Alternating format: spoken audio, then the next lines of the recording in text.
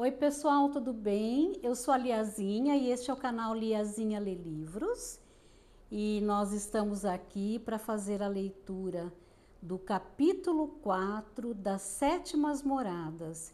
É o capítulo que encerra a leitura das últimas moradas e vamos juntas e juntos ouvir o que Santa Teresa de Jesus nos traz como encerramento para esta jornada que nós fizemos junto com ela, de orientação, um manual de orientação para nos encontrarmos com o rei, né? No cerne, no centro do castelo, para encontrarmos com o rei que é Deus. Então vamos juntos aqui ouvir a mensagem dela. Capítulo 4, e como contexto, só tomar uma aguinha aqui para hidratar. E como contexto para esse capítulo, ela termina dizendo qual é, segundo lhe parece, o fim que nosso Senhor tem em vista ao favorecer a alma com tão grandes mercês. Como é necessário andarem sempre juntas, Marta e Maria. E é muito proveitoso. Então vamos lá. Não haveis de pensar, irmãs, que estas almas experimentam os efeitos referidos sempre com a mesma intensidade.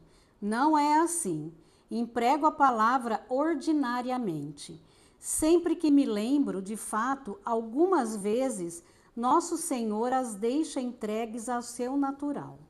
Então parece que todos os répteis venenosos dos arredores e moradas do castelo se juntam contra elas, para tirar desforra do tempo em que não as podiam molestar. Verdade é que dura pouco, um dia, quando muito, um pouco ou pouco mais. Esse grande motim geralmente procede de alguma ocasião exterior. Vê-se assim quando é vantajosa para a alma a boa companhia que se vive. Com efeito, o Senhor lhe comunica inteireza de ânimo para em nada se apartar do divino serviço e das boas determinações que até parecem crescer. Nem por um mínimo primeiro movimento ela vacila em suas boas disposições. Esses distúrbios poucas vezes acontecem, repito. Nosso Senhor quer que ela não perca a lembrança de sua miséria, daquilo que vale por si mesma. Permanece sempre humilde. Por outro lado, entende melhor a grandeza dos favores recebidos, sabendo quanto deve a sua majestade para empregar-se em louvá-lo. Essas almas têm vivos desejos e firmes resoluções de não cometer uma imperfeição por coisa alguma deste mundo. Contudo, não vos passe pelo pensamento que deixam de cair em muitas faltas e até mesmo em pecados, não com advertência. O Senhor as preserva com particular auxílio. Quando falo em pecados, refiro-me aos veniais. Dos mortais estão livres tanto quanto se pode entender. Todavia, não se têm por seguras. Receiam ter cometido alguns pecados sem perceber. Para elas não é pequeno tormento. Outro suplício é ver as almas que se perdem até certo ponto. Têm esperança de não estar nesse número. Contudo, não podem deixar de atemorizar-se quando se lembram de algumas pessoas citadas na Sagrada Escritura que pareciam favorecidas pelo Senhor. Recordam-se do caso de Salomão? Está em 1 Reis 6, versículo 7. Por exemplo, que tanto privou com sua majestade. Aquela dentre vós que sentir maior segurança, ande mais temerosa. Bem-aventurado o homem que teme o Senhor, diz Davi. Está em Salmos 111, versículo 1. Sua majestade nos ampare sempre. A maior segurança que podemos ter é suplicar ao Senhor que nos assista a fim de jamais o ofendermos. Seja ele para sempre louvado. Amém.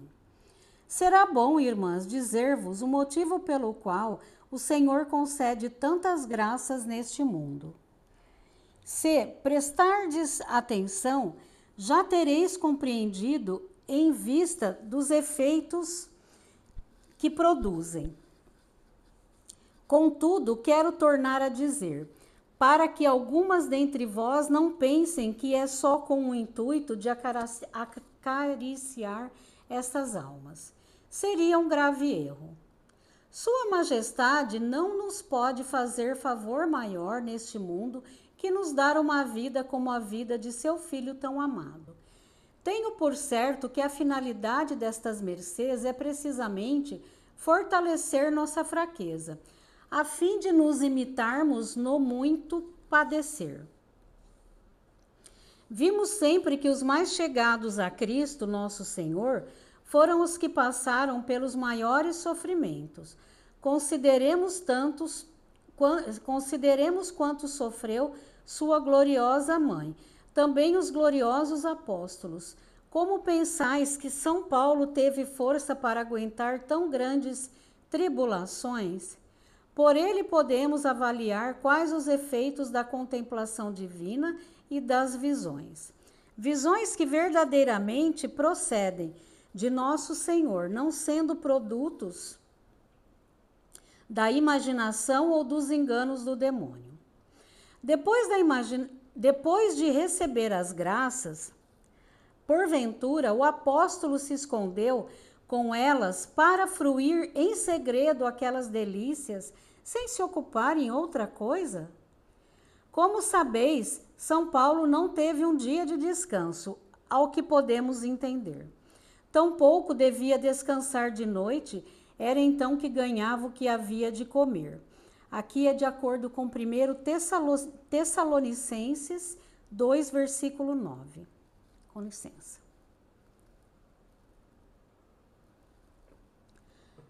Gosto muito daquela passagem onde o Senhor apareceu a São Pedro quando este fugia do cárcere e lhe disse: vou a Roma para ser de novo crucificado.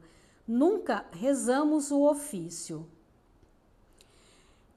No antigo breviário carmelitano, que então usava Santa Teresa, havia uma referência a essa piedosa tradição chamada Cuvades, no dia 29 de junho, festa de São Pedro. Da festa em que se recordam essas palavras sem que eu sinta particular consolo. Como ficou São Pedro com esta graça do Senhor? Que fez ele? Foi logo ao encontro da morte. Quando ocorrem tais mercês, não é pouca misericórdia do Senhor enviar algoz que nos martirize. Ó, minhas irmãs, como a alma onde o Senhor está tão particularmente presente deve estar esquecida de seu descanso, indiferente a toda a honra, alheia a qualquer desejo de ser tida em boa conta.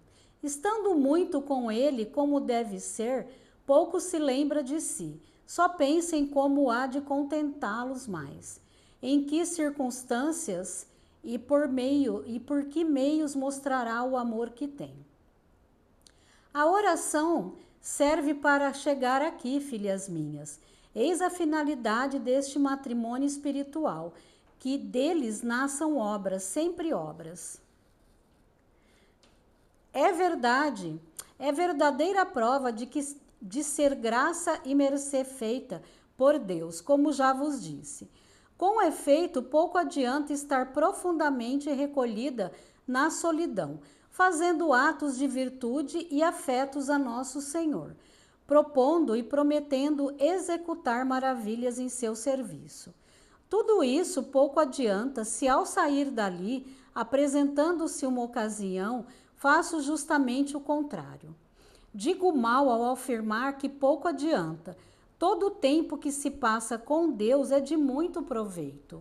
Embora sejamos fracos em cumprir depois as nossas determinações, algumas vezes Sua Majestade nos dará graças de realizá-las, até mesmo a contragosto, o que acontece frequentemente. O Senhor, vendo uma alma pusilânime, covarde, envia-lhe um grandíssimo sofrimento que ela não deseja receber e a faz sair vitoriosa. Daí em dia, tendo experimentado o auxílio da graça, a alma vai perdendo o medo e se oferece com maior coragem. Quis dizer que é pouco proveito em comparação dos muito mais que se ganha quando as obras estão em acordo com os atos e palavras. Quem não conseguir fazer tudo de uma só vez, faça pouco a pouco. Se quer tirar proveito da oração, vá dominando sua vontade. Nos recantos de nossos pequenos conventos, não faltarão muitas ocasiões em que vos possais exercitar. Vede bem, isto tem muito mais importância do que vos sei dizer, por mais que encareça. Ponde os olhos no crucificado, e tudo vos parecerá pouco. Se Sua Majestade nos mostrou seu amor com obras tão grandiosas e tormentos tão estupendos, como quereis contentá-lo só com palavras? Sabeis o que é ser verdadeiramente espiritual? É fazer-se escravo de Deus, marcado com seu selo, o da cruz. Assim nos poderá vender como escravos de todo o mundo, como ele foi. Com isso, não nos faz agravo, mas imensa graça. Já lhe entregamos toda a nossa liberdade. Se a isso não vos determinardes, não espereis progredir muito. A humildade é o fundamento de todo esse edifício. Como tenho insistido, o Senhor não quererá levantá-lo muito alto se a humildade não for muito verdadeira. Será para vosso próprio bem, a fim de que não venhais a dar com tudo no chão. Por conseguinte, irmãs, para cavar sólidos alicerces, procure cada uma ser a menor de todas, a escrava da casa, buscar meios e modos de causar prazer e prestar serviço a todas. O que neste campo fizerdes, redundará mais do vosso proveito que no delas. Assentareis pedras tão firmes que o vosso castelo não virá a cair. Torno a dizer, para isso é necessário que não ponhais vosso fundamento só em rezar vocalmente e em contemplar. Se não buscardes as virtudes e não vos exercitardes nelas, ficareis sempre anãs. E praz a Deus que vosso mal seja só não crescer, como já sabeis. Quem não cresce, míngua. Tenho por impossível que o amor se resigne a ficar estacionário, se verdadeiramente existe. Parecerá que me refiro aos principiantes, e que depois, com o andar do tempo, já podem descansar. Já vos disse e repito, o sossego interior em que se regozijam essas almas é o troco de muito menos sossego no exterior. Aliás, elas mesmas não querem tê-lo. Dizei-me para que são aquelas inspirações de que vos falei, ou melhor, aquelas aspirações e mensagens de centro íntimo em que reside, a alma envia a toda a gente que guarnece a parte superior do castelo e as moradas que rodeiam o aposento onde ela se encontra. Será para que se deitem a dormir? Não, não, não. Aos sentidos, às faculdades e a tudo quanto é corporal, ela faz agora mais guerra, a fim de que não fiquem ociosos. É guerra maior a que faz deste seu íntimo do que em outros tempos, quando padecia com eles. Então não entendia o grande lucro encerrado nos sofrimentos. Agora já vê terem sido esses os meios pelos quais a elevou a tão alto estado. A companhia que traz em si lhe dá forças maiores que nunca. Na realidade, aqui na terra, é fora de dúvida o que se diz Davi. Com os santos seremos santos. É de acordo com o Salmo 17, versículo 26. Feita uma só coisa com o forte por excelência, pela união tão soberana do espírito com o espírito, a alma participa da fortaleza divina.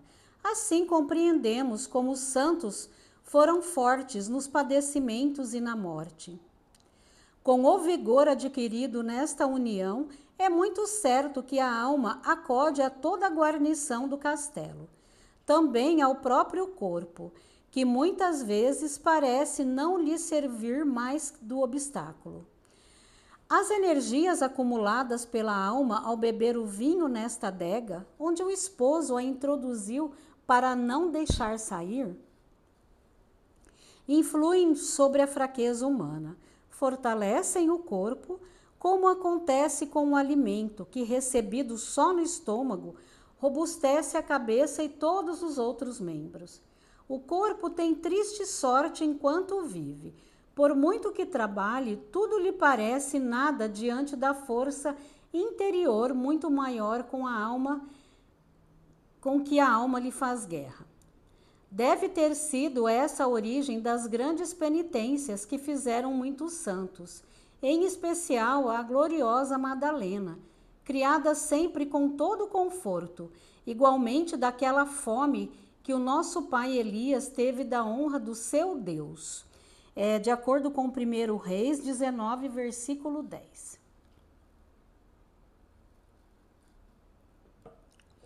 Essa também a origem do zelo de São Domingos e São Francisco, desejando ganhar almas a fim de que o Senhor fosse louvado e assegurando-vos que não devem ter sofrido pouco, esquecidos como estavam de si mesmos. Minhas irmãs, quero que procuremos alcançar este alvo.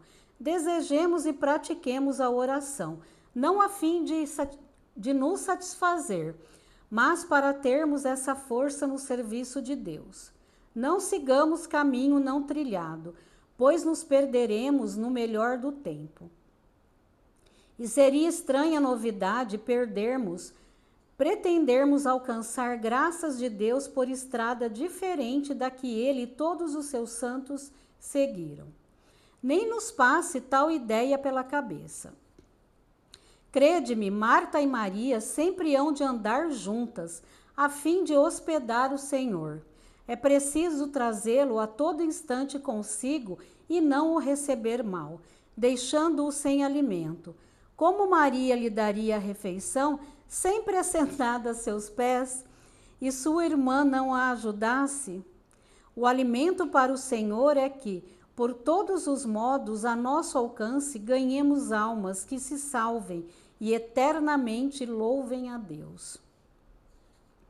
Direi duas coisas. Uma é que, segundo o mesmo Senhor afirmou, Maria escolheu a melhor parte.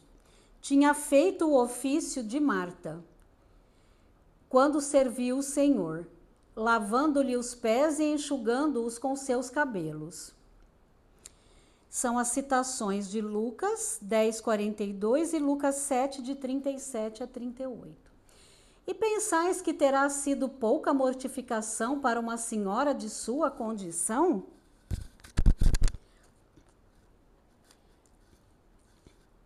Ir pelas ruas afora, talvez sozinha, pois seu fervor não comportava reflexão, e entrar onde nunca tinha pisado, além de sofrer em seguida as murmurações do fariseu, assim como muitíssimos outros vexames que deve ter suportado, terá sido pouco? O fato de uma mulher como ela mudar de repente terá dado muito que falar ao povo, ainda mais sendo gente tão má como sabemos. Bastava a amizade que ela tinha ao Senhor, tão desprezado por todos eles, para que apregoassem a sua vida passada, dizendo que estava pretendendo agora passar por santa. Sim, claro que ela logo mudaria de vestido e tudo mais. Se ainda hoje se fala assim das pessoas menos conhecidas, que seria então? Eu vos digo, minhas irmãs, que Maria recebeu a melhor parte a preço de muitos sofrimentos e mortificações. Só o fato de ver o seu mestre tão odiado já seria para ela intolerável padecimento. E que dizer da enorme angústia que sentiu na morte do Senhor? Tenho para mim que a razão de não ter recebido o martírio foi porque já o tinha passado ao ver morrer o Senhor. E os anos ainda em que viveu devem ter sido de terrível tormento, lembrando-se dela na sua ausência. Por isso veremos que não viveu sempre aos pés do Senhor na felicidade da contemplação. A outra objeção é a que não podeis nem tendes meios para ganhar almas para Deus. De boa vontade o farieis. Contudo, não vos cabendo ensinar nem pregar a exemplo dos apóstolos, não sabeis como agir. A isso já respondi por escrito mais de uma vez. Talvez mesmo neste castelo, não me lembro bem. Ela diz isso nos Caminhos de Perfeição, capítulos 1 e 3, e nos Conceitos do Amor de Deus, capítulos 2 e 7. Como, porém, creio que a dúvida vos passe pela mente, junto com os grandes desejos que o Senhor vos dá, não deixarei de repeti-lo aqui. Já vos disse em outra parte que algumas vezes o demônio nos inspira desejos magnânimos, para deixarmos de lado ocasiões atuais de servir o nosso Senhor em obras positivas e realizáveis. Ficamos desejando coisas impossíveis.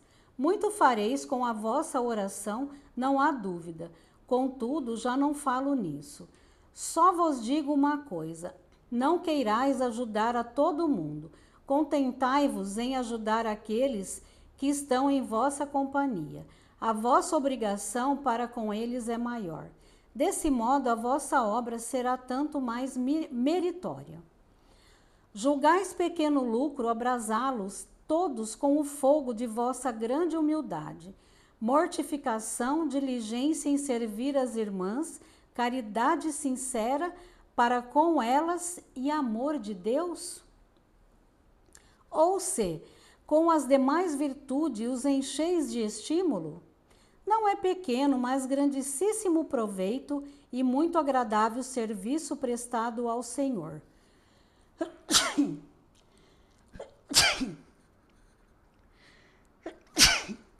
Desculpa, eu não consegui segurar.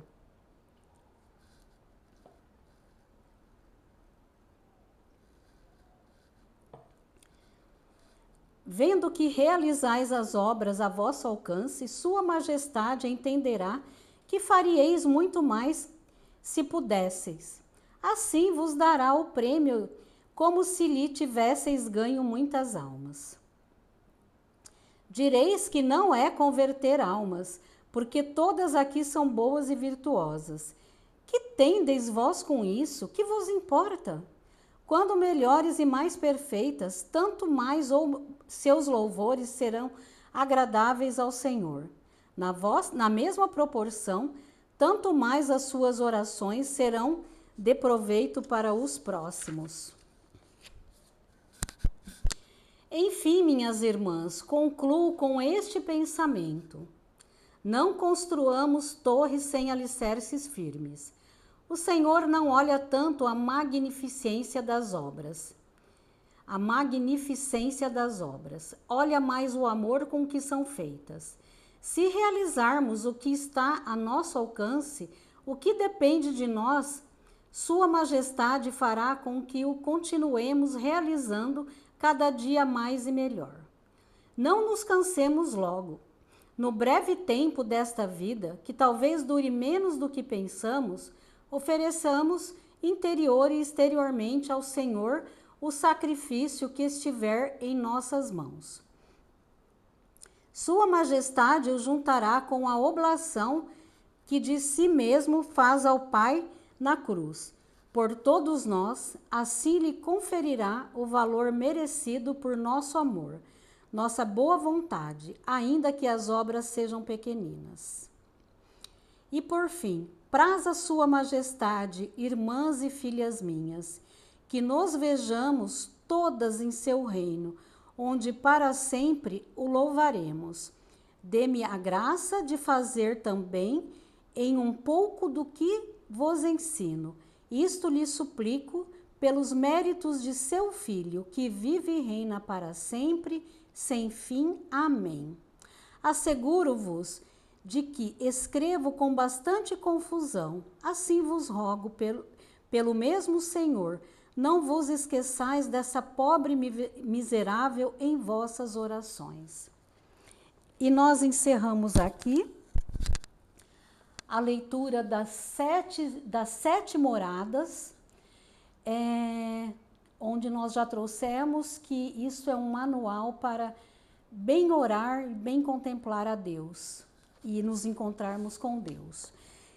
Nós voltamos no próximo vídeo com as considerações de Santa Teresa de Jesus e depois eu farei um vídeo trazendo um resumo de cada morada, o que cada morada de fato ela pretende com a sua mensagem, qual foi de fato a mensagem pretendida por Santa Teresa de Jesus, tá bem? Eu agradeço por terem ficado comigo até aqui. E não se esqueçam de curtir, comentar, compartilhar esse vídeo com aqueles que não possuem acesso a este tipo de leitura ou a este livro. E muito obrigada e até o próximo vídeo. Até já!